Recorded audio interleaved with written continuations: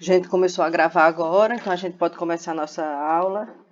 Boa tarde para quem chegou agora. Williane e Crislaine e Raíssa. Então hoje é a nossa última parte da LDB e a gente vai começar pelo ensino superior, depois a gente vai para o financiamento da educação e disposições gerais. Como eu falei no início, eu estou um tanto quanto gripada. Não sei se eu consigo dar aula até 5 horas da tarde, mas vamos até onde der, certo? Vamos lá. A gente viu que quando a gente vai falar sobre a educação básica, ela vai modificando as finalidades. Então, eu tenho a finalidade geral da educação básica, ou da educação brasileira, e depois eu tenho a geral da educação básica e eu venho a finalidade da educação infantil, a finalidade do ensino fundamental de 9 anos. Quando eu chego no ensino médio, eu já tenho finalidades. Até porque ele, como última etapa da educação básica, ele tem uma dupla função. Ele é propedêutica, porque é obrigatório cursar a educação básica e ele é a parte final da educação básica para você ter acesso aos mais altos níveis da ciência, das artes, que é na universidade, como também ele tem a função de formação para o trabalho. O ensino superior, por ele ser uma área bem mais ampla, ele também vai ter finalidades. Então, a primeira dela vai ser estimular a criação cultural e o desenvolvimento do espírito crítico e do pensamento reflexivo. Aí você diz, mas esse está também lá no ensino médio. Só que no ensino médio é o pensamento crítico. No ensino superior, o pensamento é reflexivo. Porque eu tenho um amadurecimento maior e mesmo com esse amadurecimento maior, eu vou ter um afunilamento do conhecimento. Então, eu venho da educação básica, que eu vou ter uma noção geral de todas as áreas. No ensino superior, não. Eu vou focar em uma área só e eu vou refletir sobre esse conhecimento.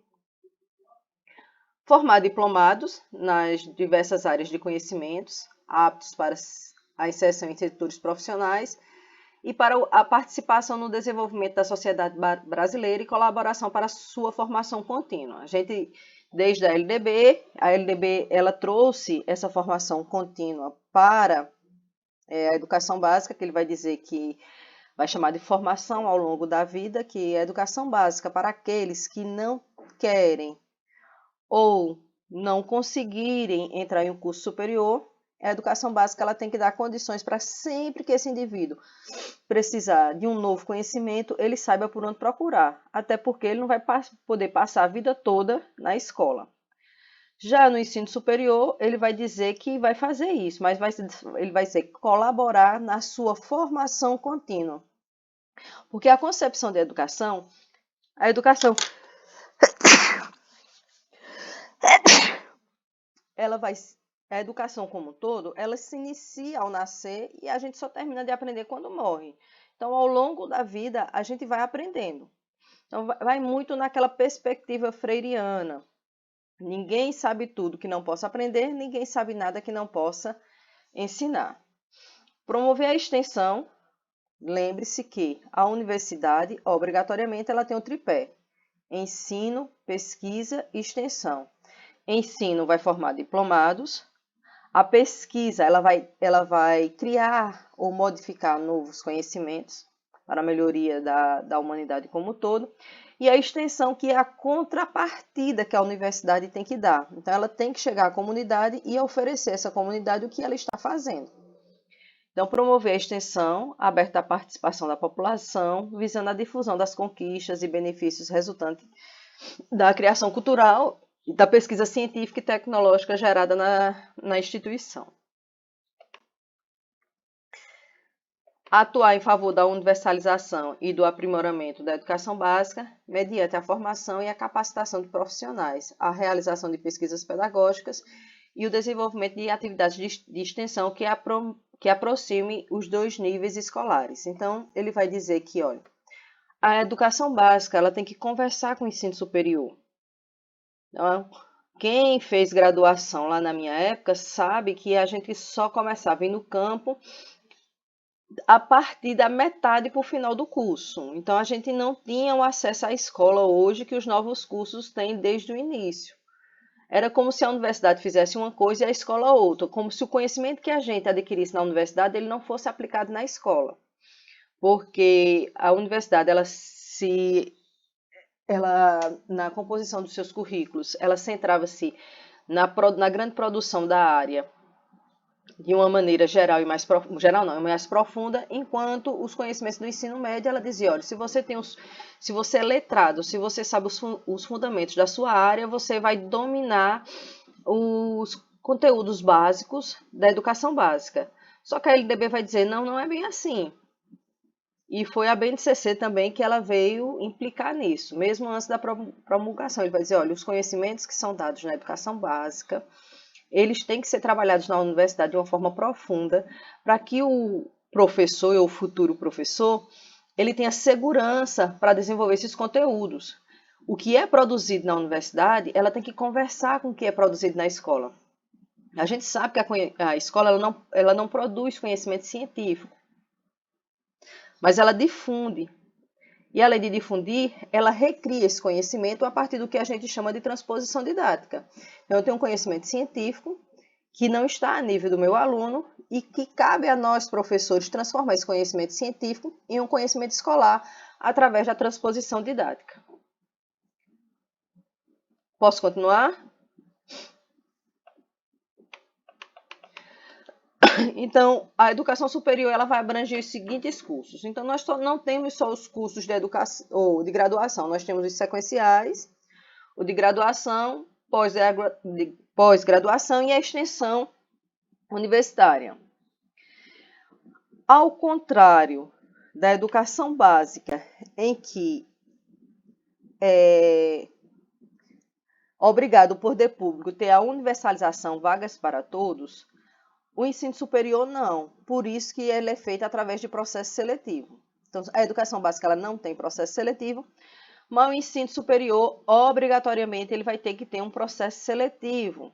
Então, o resultado do processo seletivo, ele vai dizer que deste artigo será tornado público pela instituição de ensino, sendo obrigatória a divulgação da relação nominal dos classificados, a respectiva ordem de classificação e o cronograma das chamadas para matrícula, de acordo com os critérios para preenchimento de vagas constantes do edital, assegurando o direito do candidato classificado ou não a ter acesso às suas notas ou indicadores de desempenho em provas, exames e demais atividades da seleção e sua posição na ordem de classificação de todos os candidatos. O que é que ele quer dizer com isso? Além de fazer essa seleção, os editais, eles têm um ponto de corte. Por isso que tem cursos que sobram vagas, mesmo tendo candidatos.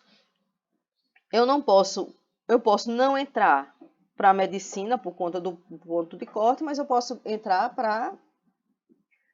para nutrição, para enfermagem, porque ele vai dizer, olha, cada curso ele vai ter um ponto de corte, uma pontuação mínima. E essa pontuação mínima ela tem que ser deixada clara nos editais. Nem sempre a gente vê, porque a gente não tem esse costume, principalmente o aluno que sai da educação básica, de olhar lá o edital, quais são os pontos de corte. Se ele entra ou não, tendo vaga ou não. Então, vamos supor, um curso de engenharia. Às vezes, sobra vagas e não tem... Eu optei por fazer engenharia, mas não consegui entrar. Por quê? Porque eu não consegui atingir a pontuação mínima para o ponto de corte. O ponto de corte vai ser a pontuação. E o ponto de corte, ele pode ser geral, na pontuação geral, mas geralmente as universidades fazem o seguinte. Então, ele vai ter que ter uma pontuação geral, vamos supor, 520 pontos. Mas naquela área específica, em biologia, ele vai ter que ter uma nota a mais, 680, ou em língua portuguesa, ou em redação. Então, ele vai ter os pontos de corte. Alguma dúvida?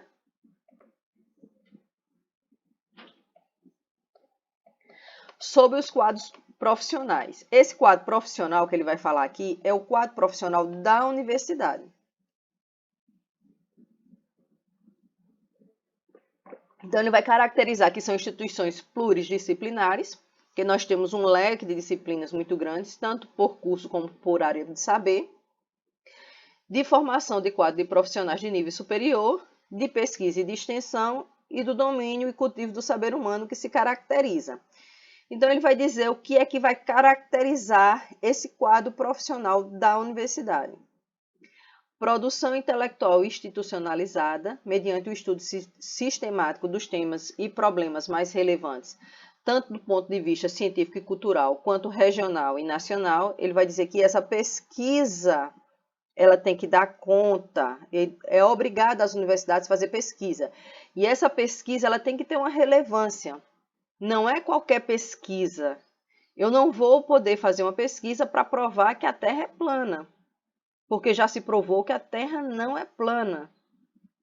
Então, eu tenho que provar algo, e que isso tem que estar relacionado aos problemas regionais e nacionais. Então, o que é que a gente pode fazer enquanto indivíduos produtores de ciência para amenizar os efeitos da seca, né?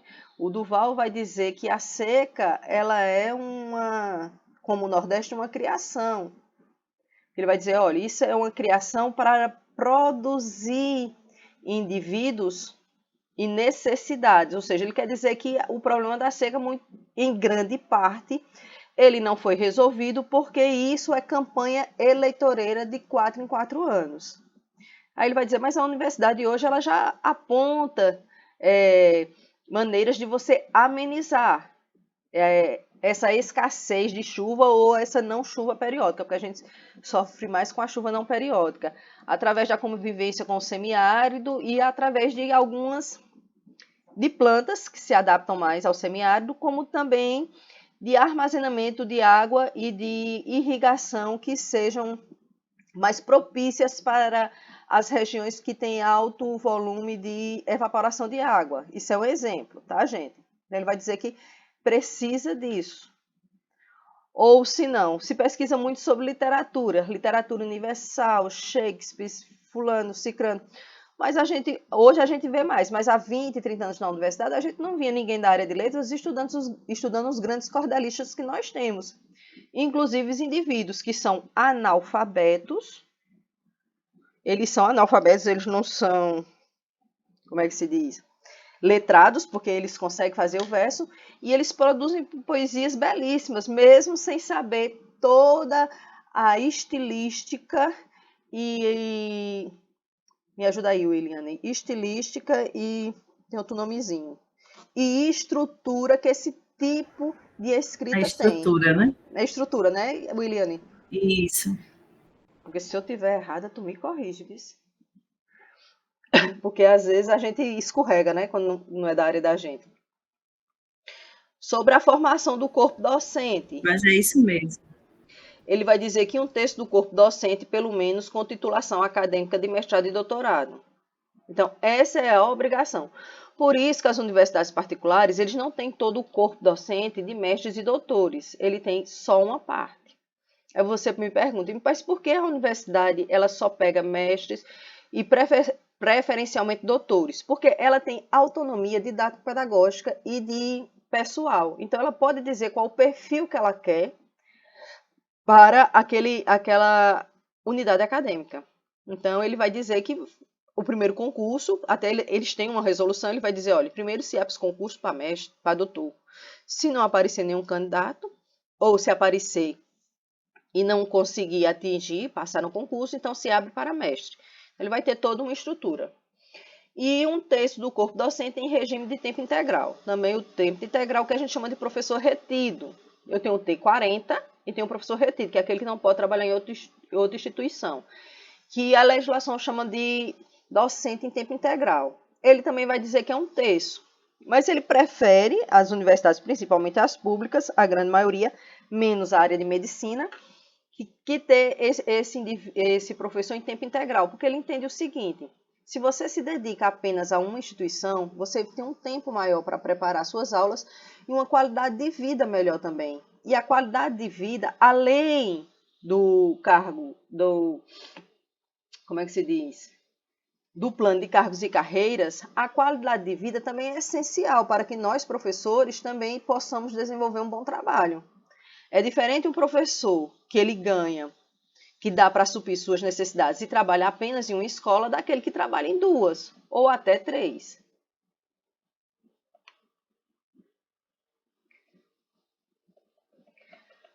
Ainda sobre o quadro profissional.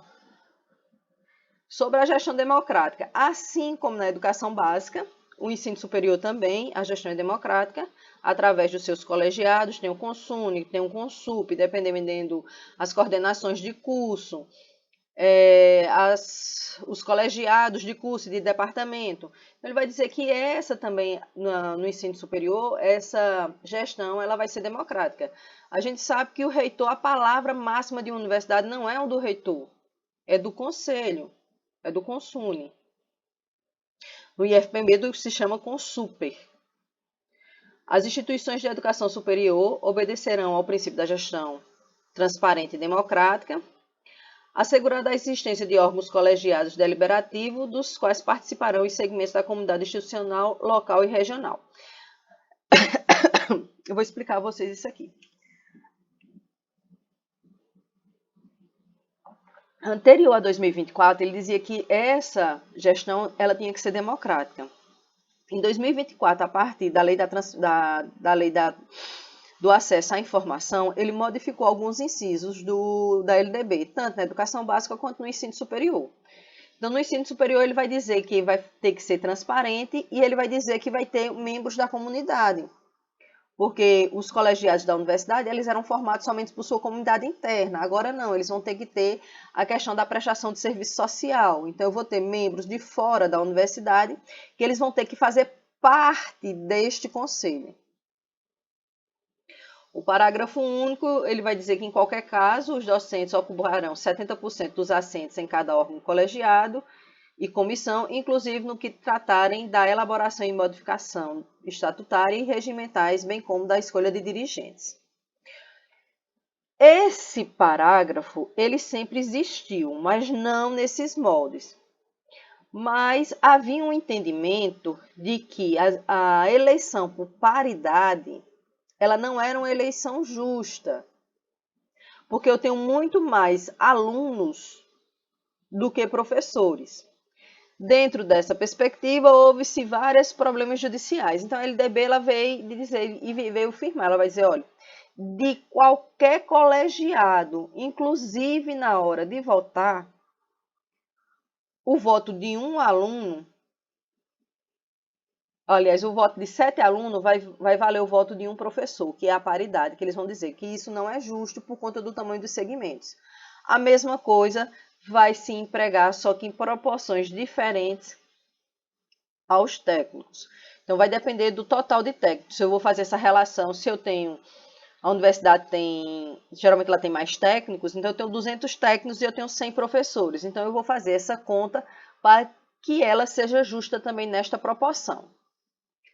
Nas instituições públicas de educação superior, o professor ficará obrigado a no mínimo, 8 horas semanais de aula. Aí você diz, oxente, professora, se ele é um professor retido, por que ela trouxe isso? Porque tinha muitos professores que eles acham, professor pesquisador ainda acha, que o ensino é uma coisa menor. E eles não gostam de ensinar. E geralmente são péssimos professores. Aí a LDB vai dizer, não, o carro-chefe é o ensino. Então, por mais que você seja um professor top, lá, professor chama-se na CAPES, professor com bolsa de produtividade da CAPES, que é o mais alto nível que tem hoje dentro das universidades, ele tem que dar no mínimo 8 horas de aulas semanais.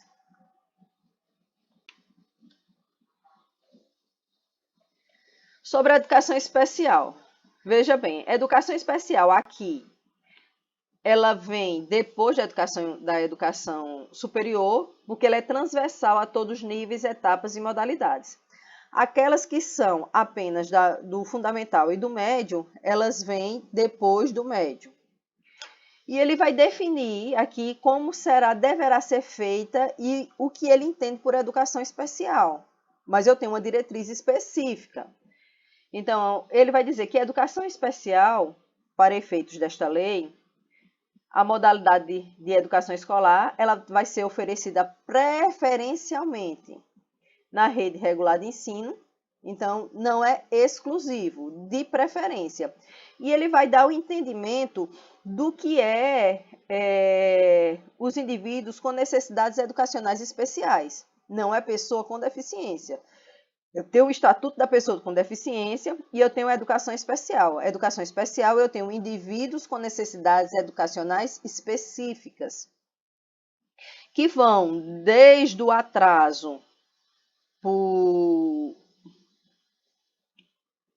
sem ter nenhum problema de base, até os que têm problemas de base. Então, ele vai definir que indivíduos são esses, com deficiências das mais variadas, transtornos globais do desenvolvimento e altas habilidades ou superdotação. Então, os indivíduos também que não têm nenhum problema cognitivo e intelectual vão entrar também dentro da educação especial. Por quê?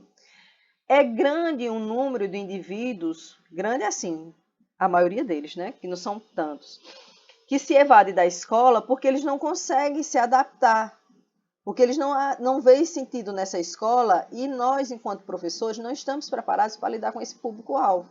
A gente se preocupa demais com os alunos com deficiência e transtornos globais de aprendizagem e fazer o PEI para eles, que a gente esquece que aquele que também tem um rendimento maior, eu também tenho que dar uma atenção especial, porque a aula se torna maçante para ele. E muitas vezes ele consegue logo cedo identificar que sabe mais do que a gente, que é professor, porque eles são autodidatas. E a gente vai ter que saber lidar com essas especificidades. O atendimento educacional será feito em classes, escolas ou serviços especializados, sempre em função das condições específicas do aluno, não for possível a sua integração nas classes comuns no ensino regular. Ele vai dizer, olha, nem todo estudante, que a gente vai numa pergunta que o Williane me fez a aula passada, perguntando se o aluno que não acompanha currículo nenhum, se ele pode ser reprovado, né? Ele vai dizer, olha, tem aluno que não vai acompanhar. Então, preferencialmente, ele vai ser atendido na rede regular de ensino para a socialização. Mas se ele não tiver condições alguma, ele pode ir para uma escola especializada. Mas a decisão não é da escola, é do pai. Os sistemas de ensino assegurarão aos estudantes com deficiência, transtornos globais do desenvolvimento e altas habilidades ou superdotação, aí a gente volta. Currículo, método, técnica, recursos educativos e organização específica para atender às suas necessidades. E o que eu falei na aula passada, terminalidade específica para aqueles que não puderam atingir o nível exigido para a conclusão do ensino fundamental, em virtude de sua deficiência, e aceleração para concluir em menor tempo o programa escolar para os superdotados. Ainda sobre a educação especial. Então, há uma necessidade de professores especializados e adequada, tanto em nível médio ou superior. Aí você diz assim, em nível médio, sim, porque na educação básica ainda é admitida, na educação infantil e no fundamental, na primeira fase, professores em nível médio. Então, para esses indivíduos, eu vou ter também a especialização em nível médio ou superior, para atendimento especializado, bem como professores do ensino regular capacitados para a integração desses educandos nas classes comuns. Ele quer dizer que todos nós deveríamos ter uma especialização em educação especial. E a gente sabe que isso é extremamente problemático, né? Que a maioria de nós não temos. A educação especial para o trabalho, visando a sua efetiva integração na vida em sociedade, inclusive condições adequadas para os que não revelarem capacidade de inserção no trabalho competitivo, mediante articulação com os órgãos oficiais afins, como para aqueles que apresentam habilidade superior nas áreas artísticas, intelectuais ou psicomotoras. Ele vai dizer o seguinte, que a escola tem que se articular ao mercado de trabalho e esse aluno com deficiência, ele tem que ser inserido nesse mercado de trabalho. Só que ele traz uma novidade. A gente sempre acha que a superdotação é só a cognitiva e intelectual, e não é. A superdotação é em qualquer área. Ela pode ser artística e ela pode ser também no esporte. Então, eu posso ter um menino que ele é musicista, mas ele não consegue acompanhar o currículo da escola. Mas ele não conhece o currículo que a gente chama de currículo normal. Então, ele vai ser atendido por essa diretriz. A mesma coisa para aqueles que revelam, né, ter grandes aptidões para o esporte, mas têm deficiência em algumas outras áreas. Então, eles são considerados também superdotados. Porque o superdotado, ele não sabe tudo. E ele não é apenas um nerd. Ele é também um atleta de alto rendimento, ele é um musicista, ele é um multi-instrumentalista, ele é um pintor, um escultor. Então, se eu tenho crianças na educação infantil que eles pegam a massinha e eles fazem com perfeição. E você fica olhando assim, meu Deus, como é que essa criança consegue? Porque ela tem uma alta habilidade e ela é propensa à superdotação na área artística. Então, quem está na educação infantil, muitas vezes, ela se depara com isso. E a gente acaba poldando o menino e ele acaba não desenvolvendo. Então, ela vem já para a gente incentivar os indivíduos nessa perspectiva, naquilo que ele é melhor. Porque a escola ela não é uma máquina. O Skinny propôs essa máquina em 1970, onde todos saíam com o mesmo conhecimento. A gente sabe que não é. A aprendizagem ela é significativa. As áreas do conhecimento também, que eu tenho mais aptidão, ela também é diversa. Tem gente que tem mais aptidão para as ciências exatas, outros para a ciência da natureza, outro para a área de humanidades. Isso não quer dizer que eu não aprenda nas outras áreas. Isso quer dizer que talvez eu tenha uma dificuldade em outra área. E se eu tiver essa dificuldade, ela pode ser sanada. Acesso igualitário aos benefícios dos programas sociais suplementares disponíveis para o respectivo nível de ensino regular. Então, todos os direitos que um aluno regular tem, ele tem um pouco e um pouco mais. Então, a alimentação, a livro didático, a saúde, ao transporte. Inclusive, ela frisa muito a questão do aluno com necessidade educacional específica, porque quando você identifica que esse aluno ele realmente tem essa necessidade e você informa no censo, então o valor que o Fundeb ele vai destinar por aluno para esse público-alvo ele é dobrado. Então, ele é contado 2 vezes, porque entende-se, e é uma realidade, que ele tem um gasto maior. O sistema ele tem um gasto maior para aquele menino estar no sistema. Então, ele precisa de um acompanhante, seja ele um mediador social ou um acompanhante para não fazer nada, como a gente vê muitas vezes, né? Mas ele precisa de um apoio. Ele precisa às vezes ele precisa de um apoio fora da escola, que a secretaria ela tem que disponibilizar. Na cidade de João Pessoa, quem faz é a APAE e a FUNAD. No interior, geralmente, é a APAE. Trabalha muito, muito bem com isso. Mas, para isso, o poder público dá uma contrapartida à APAE, para ela poder dar esse suporte àqueles indivíduos que ele não conseguem, que a escola não consegue dar o apoio que ele precisa. Porque a escola ela tem como dar o apoio cognitivo e intelectual, mas às vezes ele precisa de apoio de outros profissionais, que a escola não pode. Então, aluno que precisa de um acompanhamento psicológico. O psicólogo da escola é um psicólogo escolar, para atender a situação quando ela ocorre dentro da escola. Ele não é de tratamento e de consulta. A escola não pode contratar um terapeuta ocupacional ou um fisioterapeuta. Então, isso é feito em outras instituições.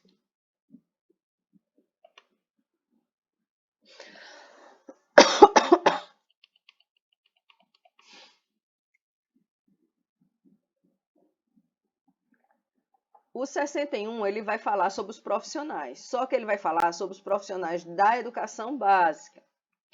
Veja bem, por que ele vai frisar quem são esses profissionais da educação básica? Porque é a partir dele que ele vai dizer que o que paga e o que não paga com os 70% do Fundeb. Então, ele vai dizer que é aquele que está em efetivo exercício, tendo sido formado em cursos reconhecidos. Por que efetivo exercício? A gente sabe que toda rede de ensino, ela tem um percentual de professores que eles são readaptados. São professores que foram acometidos de certas enfermidades e não têm condições de estar em sala de aula. Mas, para que ele receba pelo Fundeb, desculpe, ele tem que estar dentro da escola numa atividade que seja uma atividade afim, que ele esteja ali ligado diretamente à educação, como desenvolver projetos de leitura, ou na biblioteca, ou em algum laboratório.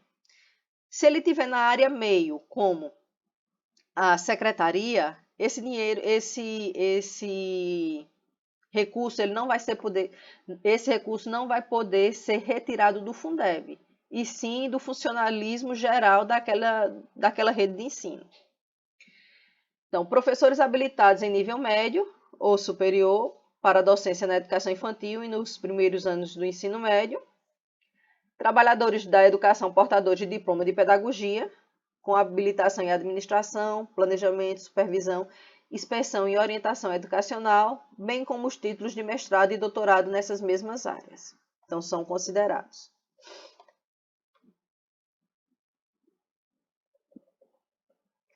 Trabalhadores da educação portadores de diploma de curso técnico ou superior em área pedagógica ou afim, profissionais com notório saber reconhecido pelo respectivo sistema de ensino para ministrar conteúdos de áreas afins à sua formação ou experiência profissional, atestados por titulação específica ou prática de ensino em unidades educacionais da rede pública ou privada ou das corporações privadas em que tenham atuado exclusivamente para atender o artigo 5º do caput do artigo 36. Vamos lá. O notório saber, quando ele vai falar sobre o notório saber, eu não posso chegar e dizer que eu tenho um notório saber em alguma área. Eu tenho que ter sido certificado por alguma instituição que tenha mestrado ou doutorado naquela área. Eu dou um exemplo mais simples que tem. Por exemplo, Paulo Freire, ele tem o título de doutor em educação por várias universidades. Ele é educador de formação? Sim ou não? Eu não estou falando da obra dele, estou falando da formação dele. Ele não é. Ele é advogado. Era, né? Ele era advogado. Agora, ele se envolveu desde cedo com a Pastoral da Terra e dentro da Pastoral da Terra ele desenvolveu um método de ensino que é conhecido no mundo todo e tem não sei quantos títulos de doutor honoris causa sem nunca ter cursado mestrado e doutorado. Mas ele tem um reconhecimento e o reconhecimento é dos seus pares. Isso é notório saber. Isso não quer dizer que alguém vai chegar e dizer que eu tenho um notório saber em língua portuguesa, sem nunca ter lecionado ou feito nada que contribuísse para o desenvolvimento dessa área, ou da história, ou de qualquer outra área. Profissionais graduados que tenham feito complementação pedagógica, conforme o disposto pelo Conselho Nacional de Educação. Então, isso aqui ele vai na seguinte vertente. Eu terminei engenharia elétrica e fui lá para uma cidade do interior, deixa eu ver, Santana de Mangueira. E lá, eu trabalhando em Santana de Mangueira, não tem na cidade professor de matemática. Eu comecei a dar aula de matemática. E agora eu quero fazer um concurso ou quero ser habilitado, porque eu não posso estar dando como engenheiro, como podia antes da LDB, da aula de matemática. Então, eu posso fazer uma complementação. Então, eu entro com a minha área e complemento a parte pedagógica e fico lá com o meu curso de engenharia e lá habilitado para dar licenciado em matemática. Isso vai para engenheiro, contador, médico que pode fazer na área de biologia, na área de química, ou engenheiro que faz na área de física. Então, pode ser para qualquer área. Mas eu tenho que ir lá estar certificado. O 62 vai falar sobre a formação dos docentes da educação básica, que ele vai dizer que terá que ser feita em nível superior em curso de licenciatura plena, admitida como formação mínima para o exercício do magistério na educação infantil e nos 5 primeiros anos do ensino fundamental, a oferecida em nível médio na modalidade normal. Então, ele ainda prevê que esses indivíduos eles possam estar no sistema. Aí você diz assim, mas nenhuma prefeitura ela faz concurso para nível médio. Ela não faz porque o edital tem força de lei. E ela não faz também porque para os sistemas que fazem, eles têm um período para que eles dê condições para aquele professor de ensino médio ele faça um curso superior. E isso demanda gastos. Então, ele acha melhor diminuir os gastos. O 62B vai falar que o acesso de professores da rede pública de educação básica a cursos superiores de pedagogia e licenciatura será efetivado por meio de processo seletivo diferenciado. Então, ele vai dizer que aqueles indivíduos que ainda não têm a licenciatura, ou ele tem a licenciatura, mas dá aula em outra unidade que não é a sua de formação, eles vão fazer um novo processo seletivo para que eles possam cursar essa graduação. Só que esse processo seletivo é um processo seletivo especial, porque ele não vai concorrer com quem saiu do ensino médio, ele vai concorrer com os seus pares. Há uma reserva de vaga, não sei quem é que estava aqui na universidade ainda na época do Reúne, desde o Reúne, há uma reserva de vaga e dentro dessa reserva de vaga eles vão concorrer. Então, num curso de 40 alunos, se reservou 5 ou 10 para indivíduos profissionais que atuam na rede pública, seja ela municipal ou estadual, concorrer e fazer a sua licenciatura.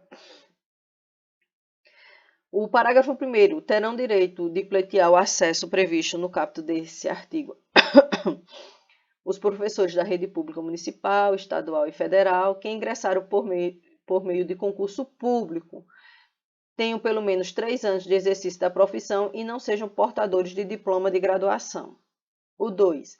As instituições de ensino responsáveis pela oferta de cursos de pedagogia ou outras licenciaturas definirão critérios adicionais de seleção sempre que ocorrerem aos certames interessados em número maior ao de vagas disponíveis para o respectivo curso. O parágrafo 1º, ele diz isso porque antes de 88, aliás, de 88 até 90, se fez concurso público sem a exigência da licenciatura, porque nós só nos caracterizamos enquanto profissão a partir da LDB. Antes da LDB tinha algumas ações, mas não era obrigatório você ter uma licenciatura. A partir da LDB, na educação básica, só apenas aquele que tem licenciatura. Então, as redes de ensino tinham outros profissionais de outras áreas que eram, ou que entraram antes de 88, que não era obrigado o concurso, e eram efetivados da educação, ou que entraram entre 88 e 90 através de concurso público, mas não eram licenciados. Então, ele vai dizer que eles vão ter que fazer a licenciatura. Porque para quem não fez a licenciatura, ele foi retirado de sala de aula, já que ele não pode ser pago o salário dele com o Fundeb. Sem prejuízo dos concursos seletivos a serem definidos em regulamento pelas universidades, terão prioridade de ingresso os professores que optarem por curso de licenciatura em matemática, física, química, biologia e língua portuguesa, que é ainda a grande carência, principalmente nas cidades do interior.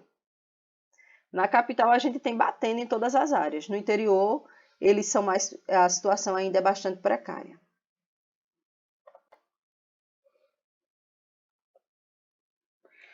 Então, o processo seletivo especial, ele quer dizer que ele é facilitado para a rede municipal, estadual e federal, para aqueles que entraram via concurso público, que tenham passado do estágio probatório, ou seja, tenham mais de 3 anos, e que não tenham graduação. Ainda sobre os profissionais da educação. A formação docente, exceto na educação superior, ela incluirá a prática de no mínimo 400 horas. Então, anterior, isso aqui ele foi editado em 2000 e... acho que foi 2006, ou foi 2009. Anterior a isso, eram de 300 horas, a grande maioria. Não foi antes, foi em 2021. Era de 300 horas. Então, ele vai dizer, não, que a prática ela vai ser de 400 horas, no mínimo, para cada curso. Então, por quê? Eu tenho o estágio na educação básica e tenho no ensino fundamental. Por que que ele diz que é 7 na educação superior? Porque a formação para o exercício da docência nas universidades e nas instituições de ensino superior, elas são feitas no cursos de pós-graduação, seja ele lato ou estrito sensu, obedecendo lá os 2 terços, no mínimo, de mestres e doutores no seu quadro de profissionais. Na educação básica, ele vai falar que a prática é no mínimo de 400 horas. Por exemplo, o curso de pedagogia, quando eu fiz, já era de 500 horas. Hoje é de 600. Então, porque ele é um curso mais amplo. Ele tem estágio na educação infantil, 100 horas. No fundamental, 100 horas, que é para supervisão e orientação. Mais 100 horas para o médio, orientação e supervisão. Mais 100 horas para o EJA. Mais 100 horas para... Peraí, não me lembro de todos não, eu sei que só são 600. Na minha época eram 500. Então, é uma área muito grande. Então, vai depender da área. Mas, de uma maneira geral, o de licenciatura, de disciplina, são 400 horas. O 66 vai falar sobre a preparação para o exercício do magistério, facear em nível de pós-graduação, prioritariamente em programas de mestrado e doutorados para os indivíduos para o magistério no ensino superior, como eu já falei.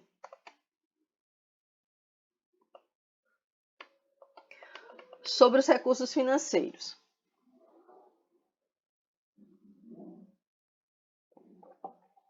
Ele vai definir quais são os impostos originários que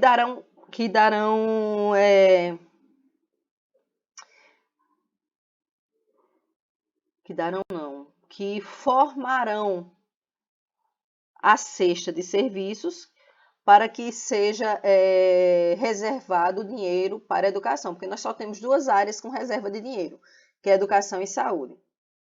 Então, receitas de impostos próprios da União, dos estados, do município federal e dos municípios, receita de transferências constitucionais e outras transferências, receita do salário educação e outras contribuições sociais, receita de incentivos fiscais e outros recursos previstos em leis.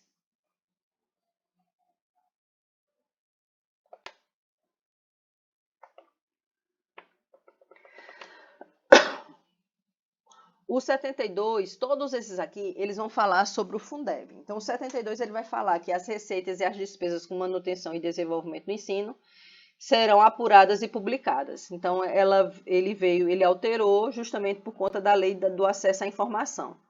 Os balanços do poder público e nos relatórios de que se refere o parágrafo 3 do artigo 165 da Constituição, certo? E nos sites eletrônicos do Ministério da Educação e dos órgãos gestores da educação pública de cada ente federado subnacional. O que é que ele quer dizer?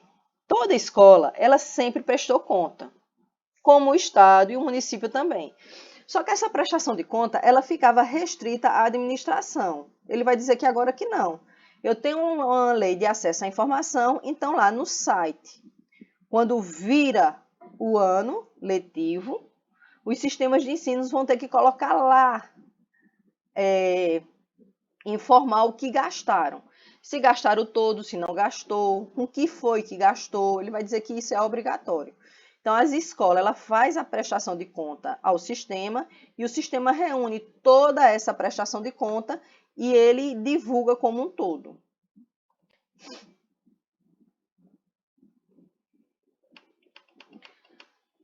Deverão ser publicados de forma específica os dados relativos a receitas próprias de convênios ou de doação das instituições federais de ensino, de gestão e execução dos recursos do Fundo de Manutenção e Desenvolvimento da Educação Básica e de Valorização dos Profissionais da Educação, Fundeb, e do repasse dos recursos públicos a instituições de ensino conveniadas para a oferta de educação escolar. Ele além de ter ampliado, ele colocou o seguinte: antigamente, hoje ainda pode, as escolas elas podem receber recurso de instituições ou da sociedade civil. E esse dinheiro não era prestado conta. Ele vai dizer, não, a partir do momento que ele entra na conta da escola, ele segue o mesmo rito dos recursos, e esse dinheiro tem que ser prestado contas. A mesma coisa para as escolas conveniadas, que não eram obrigadas a prestar contas. Ele vai dizer, se você recebeu serviço ou recurso público, obrigatoriamente, você também vai ter que prestar conta.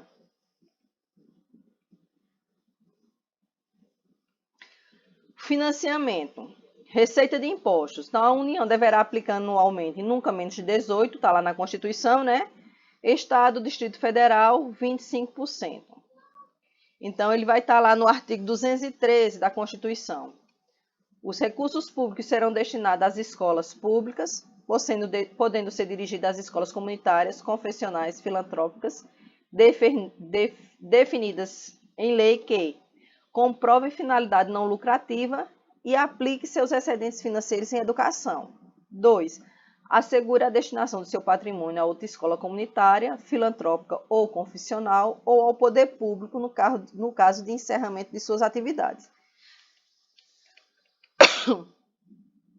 Assegure a destinação do seu patrimônio a outra escola comunitária, filantrópica ou convencional ou ao poder público no caso de encerramento de suas atividades e que preste contas ao poder público dos recursos recebidos. O quinto, ele entrou agora em 2024, que ele vai dizer que não tenham como dirigentes agentes públicos de poder ou do Ministério Público, dirigentes de órgão ou entidade da administração pública de qualquer esfera governamental, o seu cônjuge, companheiro ou parente em linha reta colateral ou por finalidade até terceiro grau. Então, ele vai dizer que se esse indivíduo que recebeu ou que tem uma escola e que ele não tenha herdeiros, e ele define aí quem são os herdeiros, então foi entrado também agora. Então, se eu tenho uma escola, eu não tenho filhos, eu sou filha única, então eu não tenho irmãos, eu não tenho sobrinhos, então o patrimônio dessa escola, ela vai para o poder público agora. Os recursos de que trata esse artigo poderão ser destinados a bolsas de estudos para a educação básica, na fórmula da lei para os que demonstrarem insuficiência de recursos, quando houver falta de vagas e cursos regulares da rede pública do domicílio do educando, ficando o poder público obrigado a investir prioritariamente na expansão da sua rede local. Aqui, os municípios pequenos, eles pegam esse adeno para não ofertar educação infantil. Então, no lugar dele montar uma rede, porque a educação física ou a educação infantil, ela é custosa, porque não é só você abrir vaga, você tem equipamentos. Então, eles acabam comprando e fazendo como isso também moeda de barganha, vagas nas instituições pequenas. Então, eu tenho uma escolinha, ele vai lá e compra todas as vagas ou tantas vagas. Mas ele só pode fazer isso por um tempo específico. Porque com o novo Fundeb, ele disse que os municípios que precisam de complementação para pagar a sua rede, eles ficam obrigados, dentro da complementação, e 50% da complementação ser destinado à educação infantil. Então, diminuiu bastante por conta disso, porque se você não fizer isso, ele acaba não recebendo a complementação. E hoje, os municípios pequenos, a grande quantidade, 80% dos municípios do Brasil, a sua rede de ensino ela é paga via os recursos do Fundeb.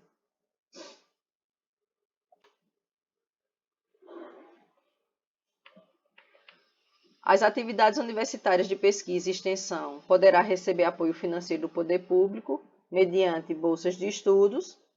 As escolas comunitárias, confessionais ou filantrópicas deverão disponibilizar ao público em meio eletrônico, nos termos do regulamento, informações acessíveis referentes a os recursos financeiros públicos diretamente recebidos e objetivos a serem alcançados por meio de sua utilização. Então, ele tem que dizer o que é que ele vai fazer com esse dinheiro. Caso certificado como entidade beneficente nos termos da lei complementar do complementar número 187 de 2021, eles têm que comprovar a certificação e o respectivo prazo de validade que essa entidade ela tem para funcionar, o número de bolsas integrais e parciais concedidos de acordo com o disposto na Lei 187 de 2021, bem como os critérios utilizados para a concessão de bolsas. Então, ele vai dizer que quando tem a concessão de bolsas, eu tenho que dizer quais foram os critérios. Porque o que era que acontecia? A Prefeitura de João Pessoa, há quase 30 anos atrás, 25 anos atrás, ela comprava na rede pública vagas, só que ela era destinada a um seleto grupo. Geralmente, a filha de professores, não era todos os professores que trabalhavam na Secretaria de Educação. Ele vai dizer, olha, você até pode fazer isso, se você não tiver vaga para todos, mas você tem que dizer qual foi o critério de seleção. Eu não posso beneficiar aquele que é amigo do rei, porque é um direito fundamental, é um direito de todos, é um serviço público. Então, eu tenho uma transferência de arrecadação financeira e financiamento da educação, que eu tenho um repasse da arrecadação, que é, no mínimo, feito pelo financiamento da educação. Então, a União ela vai repassar para os estados e municípios, através do Fundo de Participação dos Estados e Fundo de Participação dos Municípios, e o Estado, da sua arrecadação própria, também vai distribuir para os municípios através do Fundo de Participação. Então, só após o repasse do Fundo de Participação dos Estados e Municípios é que vai ser transferidos os 18% de impostos para o Fundeb. E a mesma coisa, só depois de transferidos, depois de recebido o Fundo de Participação dos municípios, só depois de ser repassado o Fundo de Participação dos municípios é que vai ser transferidos 25% dos impostos para o Fundeb. E automaticamente os municípios eles vão enviar os seus 25% do total dos seus impostos para a cesta do Fundeb. Oxe, peraí.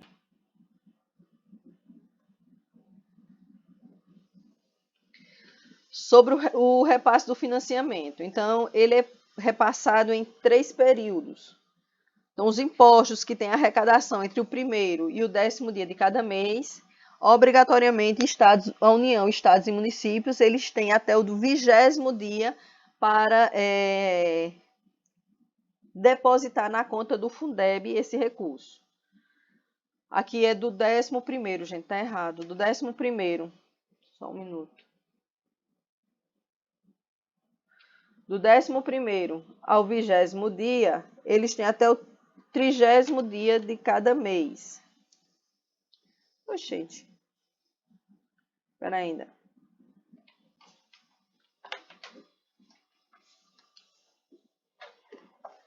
Eu botei aqui o errado.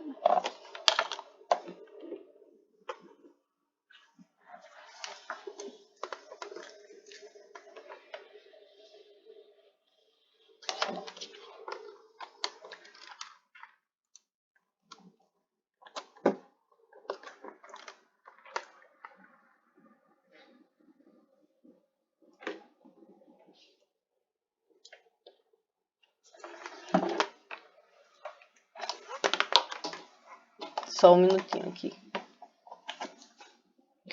Então, vai ser do 11º ao... Desligada a mesa. Ao 30º dia de cada mês. Já os que são arrecadados entre o 21º e o 30º dia até o 10º dia do mês subsequente. Aqui é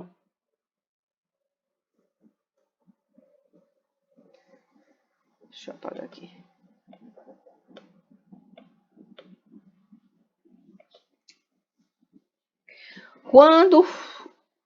Se houver atraso da liberação ou do depósito desse dinheiro, os juros e as moras também referentes a esse atraso, eles também terão que ser depositados, bem como pode responder tanto civil como criminalmente as instituições que não fizerem o repasse. O artigo 70, ele é muito importante porque ele vai dizer o que pode e o que não pode fazer com os 30% do Fundeb, que é para manutenção e desenvolvimento do ensino. Ele vai dizer o que é que vai ser considerado manutenção e desenvolvimento do ensino. Então, remuneração e aperfeiçoamento do pessoal docente e demais profissionais da educação, aliás, com dinheiro do Fundeb como um todo. Aquisição e manutenção de construção e conservação de instalações e equipamentos necessários ao ensino. Uso e manutenção de bens e serviços vinculados ao ensino. Levantamento estatístico, estudos e pesquisa visando principalmente ao aprimoramento da qualidade e à expansão do ensino.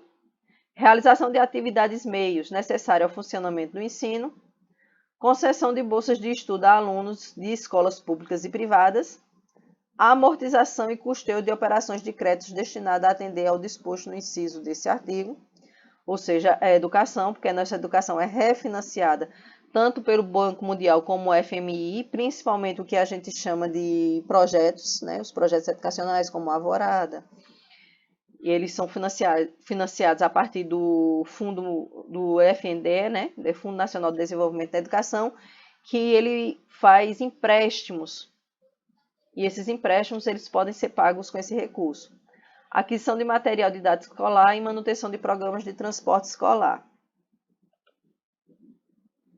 Vocês estão tão calados hoje. Então, gastos e manutenção de ensino, MDE, artigo 70. Não será gastos com a manutenção e desenvolvimento do ensino. Pesquisa, quando não vinculada às instituições de ensino, ou quando efetivada fora do sistema de ensino que não vise principalmente ao aprimoramento de sua qualidade ou à sua expansão. 2. Subvenção a instituições públicas ou privadas de caráter assistencial, desportivo ou cultural. 3. Formação de quadros especiais para a administração pública, seja militares ou civis, inclusive diplomatas. O que vai ser caracterizado como gasto de manutenção e desenvolvimento do ensino ainda. O que não ainda pode fazer. Programas suplementares de alimentação, assistência médica, farmacêutica e psicológica e outras formas de assistência estudantil, porque isso aqui é feito através do FNDE, certo? Então, não pode ser retirado do recurso, vou até anotar aqui.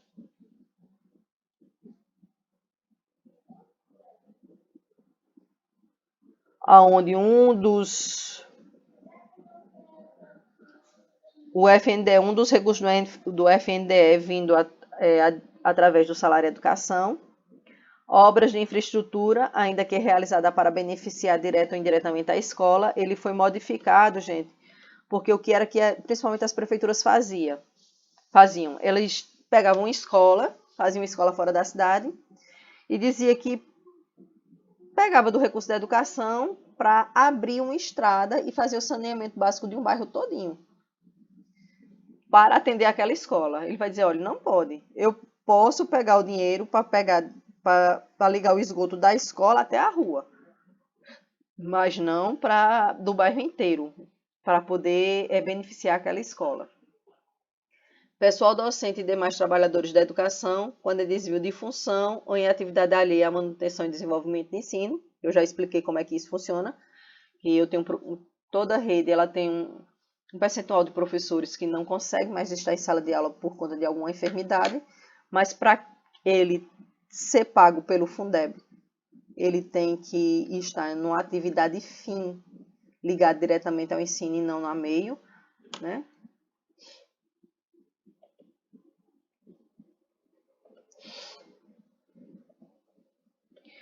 Disposições gerais. Então, o artigo 78 vai falar que o sistema de ensino da União, com a colaboração das agências federais de fomento à cultura, de assistência aos índios, desenvolverá programas integrados de ensino e pesquisa para a oferta de educação escolar bilíngue e intercultural aos povos indígenas. O 78B vai falar sobre o dia 20 de novembro, que vai incluir no calendário educacional como o Dia Nacional da Consciência Negra, que é o dia de morte, né, de nascimento de Zumbi dos Palmares, não lembro agora. O 81A, ele foi colocado agora em 2024, que ele vai falar que os sistemas de ensino, eles vão ter que estabelecer para a educação básica e superior regime escolar especial para atendimento a. Ele vai falar exclusivamente dos indivíduos que não podem frequentar a aula por alguma enfermidade ou por uma condição especial. Então, estudantes impossibilitados de frequentar as aulas em razão do tratamento de saúde ou de condições de saúde que impossibilite o acesso à instituição de ensino, e as mães estudantes que estão amamentando.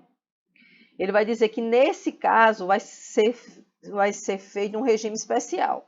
Mas esse regime especial não é um menino faltar e dizer que está doente, não. Ele tem que ter tido um processo. A escola tem que ter sido informada e vai informar a Secretaria da Educação e vai se dizer como se vai apoiar essa criança.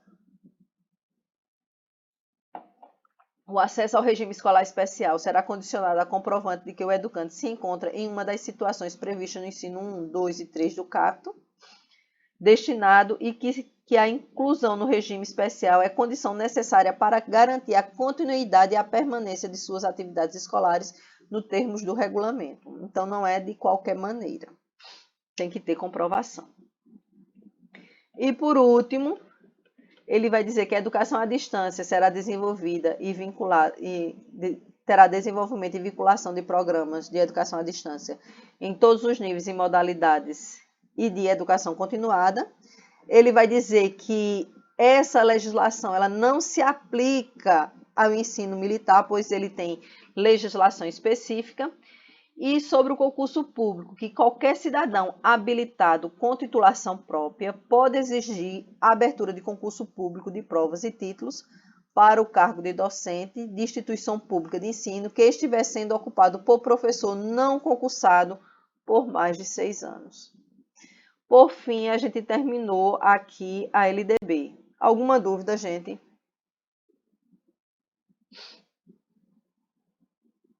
Tem muitos artigos novos, né? Tem. Chaga. Eu trouxe os novos, eu coloquei todos os novos, que é pra gente frisar eles, porque é danado pra cair, né? Que é novidade. Então é bom dar uma atenção especial a esses, né? Eu vou mandar lá para terça-feira, eu mando no grupo todos os slides que estão com todos os novos. Que fica bom para vocês certo. revisarem. Vai Gente, ajudar muito. eu queria continuar a aula, mas eu tô sem condições. Então, vamos fazer o seguinte. Nas próximas aulas, a gente começa uma horinha mais cedo, ou meia hora, e a gente... Tudo certo, combinado. Melhora. Tudo bem, Eliane? Por mim, tudo bem. Tudo bem, professora. Por mim, tudo bem. Pronto. A gente, na próxima aula, a gente começa com os exercícios e depois já vai para Raíssa também, para tendências pedagógicas, certo? Aí na outra aula a gente vai para o Plano Nacional de Educação. Pode ser? Eu acho que a gente não tem aula, a gente vai ter aula no domingo, a semana que vem, se eu não me engano. Porque no sábado é o aulão, não é isso? Eu só vou confirmar e a gente...